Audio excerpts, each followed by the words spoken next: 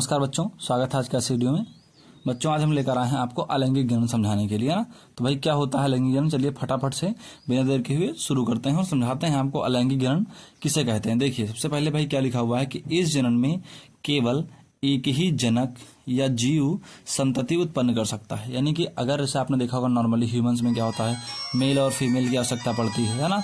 और उसके बाद क्या होता है कि जैसे और भी आप जो जानवर देखते हैं तो उनमें क्या होता है, मतलब एक ही प्रकार के जो है जीव की आवश्यकता नहीं होती है। तो यहाँ पर क्या होगा, अलैंगिक में केवल एक ही जीव संतति को क्या कर सकता है, उत्पन्न कर सकता है। यानी मेल और फीमेल की आवश्यकता नहीं होती, केवल एक ही जीव जो होगा वो अपने आप में संतान उत्पन्न कर लेगा ना। अर्थात भी देख लीजिए, इनके लिए नर या मादा का होना आवश्यक नहीं है, मतलब इसके लिए मेल और फीमेल दोनों का होना कंपलसरी नहीं होता है। उसके बाद देखिए लिखा गया है, यह जनन प्रायः पौधों तथा एक कोशिकीय जीवों में पाया जाता है। ये जो जनन का प्रकार होता है बच्चों, प्रायः यानी जनरली क्या होता है कि जो एक कोशिकीय पौधे होते हैं उनमें पाया जाता है।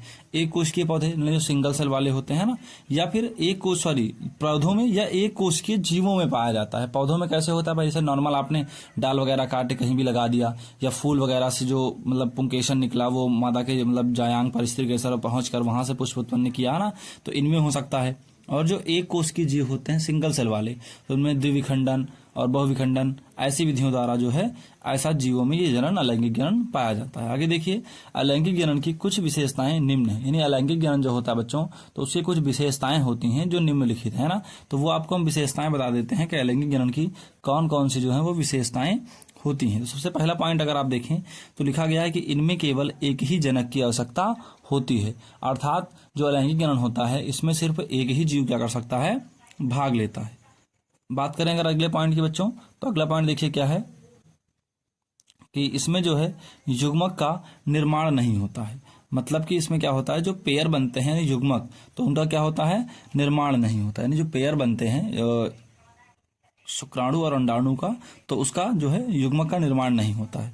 उसके बाद इनमें जो निषेचन की प्रक्रिया होती है फर्टिलाइजेशन की, तो वो भी इसमें नहीं होती है। ठीक है, क्योंकि सिंगल जो है इंसान, सिंगल प्राणी, सिंगल जीव अपने आप में उत्पन्न कर सकता है, जिससे निषेचन की आवश्यकता भी नहीं होती। उसके बाद इनमें जनन के लिए विशेष अंग विकसित नहीं होते हैं ना। तो सिंपल सी बात है, क्योंकि भाई इसमें जनन नहीं होगा तो जनन के लिए विशेष तरह अंग भी नहीं पाए जाएंगे। ठीक है, तो उम्मीद करता हूं कि अलैंगिक जनन भी आपको समझ में आ गया होगा ना।